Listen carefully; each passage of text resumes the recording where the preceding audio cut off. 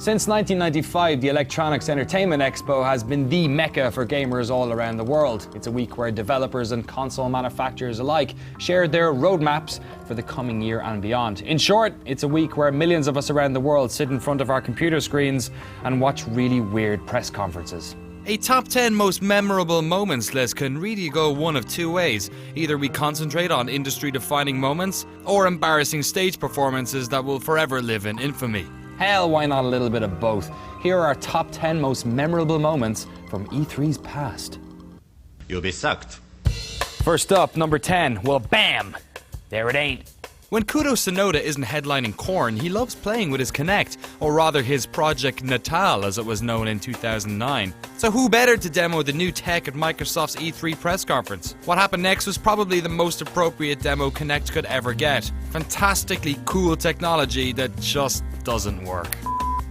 You ever wonder what the bottom of an Avatar shoe looks like? Well, bam! There it is. Bam! Bam! Bam! There it is. Bam! Number 9, a surprising cameo. In 2010, a certain PC developer head had been pretty vocal about his issues with the current generation of consoles, especially Sony's. So it was a pretty big surprise when Jack threatened, well, I'll let GLaDOS do the honors. Deploying surprise in 3, 2, 1.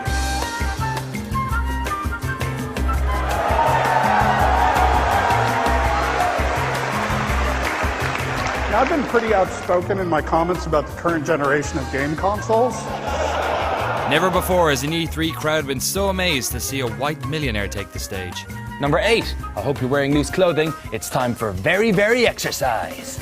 All I remember about Konami's 2010 press conference was frantically calling all of my friends while wiping tears of laughter from my eyes. I don't really want to get into specifics on this one, but just, oh man, it's just, oh, it's so good. Hi. Konami is talking dancing to a full new level.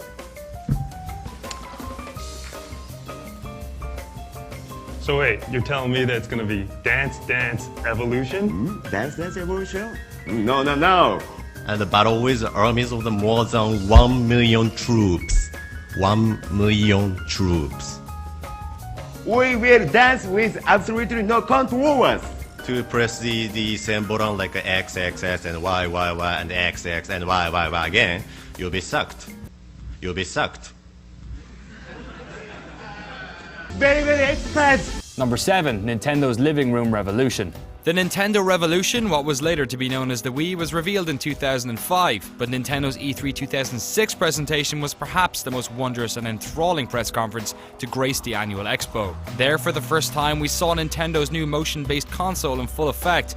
We saw playable demos of Mario Galaxy, Twilight Princess. There was Reggie being Reggie, Miyamoto in a tuxedo, some weird stage flap thing. DS was killing it, and they finished it all off with a demo of Wii Sports. Bonus points for allowing random audience member to play the game live on stage. I remember having an open mouth for most of this, and if nothing else, it's a reminder of how, at least for once, the rhetoric of a company on an E3 stage was actually delivered to gamers. Number 6, kills 1, gamers 0.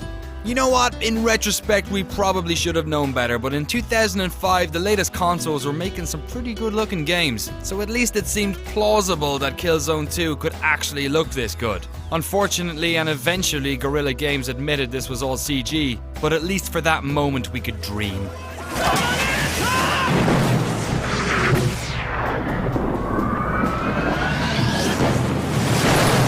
Number 5, the best and worst console launch of all time. Number 5 comes from the first ever E3. Console announcements have always been a staple of the expo, but few others can top Sega's bombshell in 1995. The Saturn had been slated to be released a number of months after the conference in fall, but at E3, Sega of America president Tom Kalinske announced that it would hit the store shelves the next friggin' day. This gave Sega over a year's head start on the N64, but the early release both pissed off retailers and caught off developers, so the poor console didn't have much in the way of software for a while, a contributing factor to its eventual demise, and that of Sega's hardware hopes. Number 4, shots fired by newcomers Sony.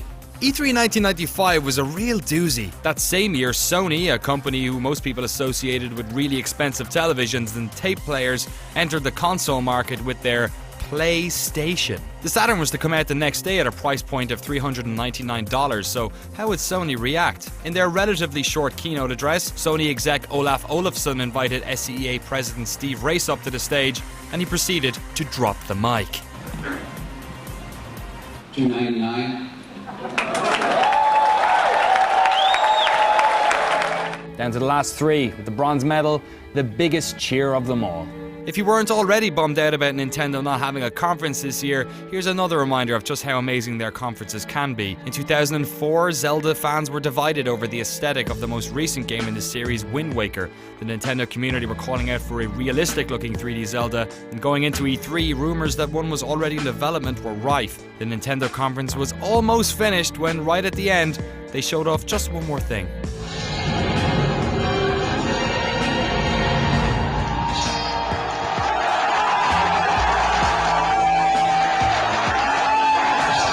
Ah, Miyamoto, you're just the best. Number 2, giant enemy console prize. Attack its weak point for massive damage. I mean, it's almost as if Sony were trying to win a top 10 most memorable press conference moments. As if they were trying to make as many reasons as possible to win such a list. The PlayStation 2006 conference gave us so many memorable moments. Hard plastic and the little knobby bits. But you know what? There's something missing, and I tell you what that is, and that's a wing mirror. And I'm going to give you a very special demonstration of a wing mirror. A very special demonstration of a wing mirror. I heard that the graphics on it was crazy. The stages of the game will also be based on famous battles which actually took place in ancient Japan. So here's this giant enemy crab, and you attack its weak point for massive damage. And after almost 2 hours of unimpressive pimping of their console, it was left to poor Kazurai to drop the ultimate bombshell. The second Sony price heard around the world, and this time, not a good one. The 60GB PlayStation 3 for $599 US, $659 Canadian. Oh Sony, you swing so hard in both directions, but it's time for number 1. Can you guess what it is yet? You know what, I may take some flack for this, but you have to remember where our industry was this time last year. Microsoft, my favourite console manufacturer of the previous generation, had gone on full attack mode against consumers. Earlier that fateful Monday, they showed off the Xbox One, a system with a host of policies that nobody had asked for. An always online console, so much DRM that it was pouring out of the Blu-ray drive. Everyone was waiting with bated breath to see if Sony would decide to fall in line with their rivals' attack on used game sales. But not only did their announcement make the collective gaming world breathe a massive sigh of relief, it started a narrative of Microsoft backtracking that would continue for the entire year. For instance, PlayStation 4 won't impose any new restrictions on the use of PS4 games. In addition, PlayStation 4 disc-based games don't need to be connected online to play.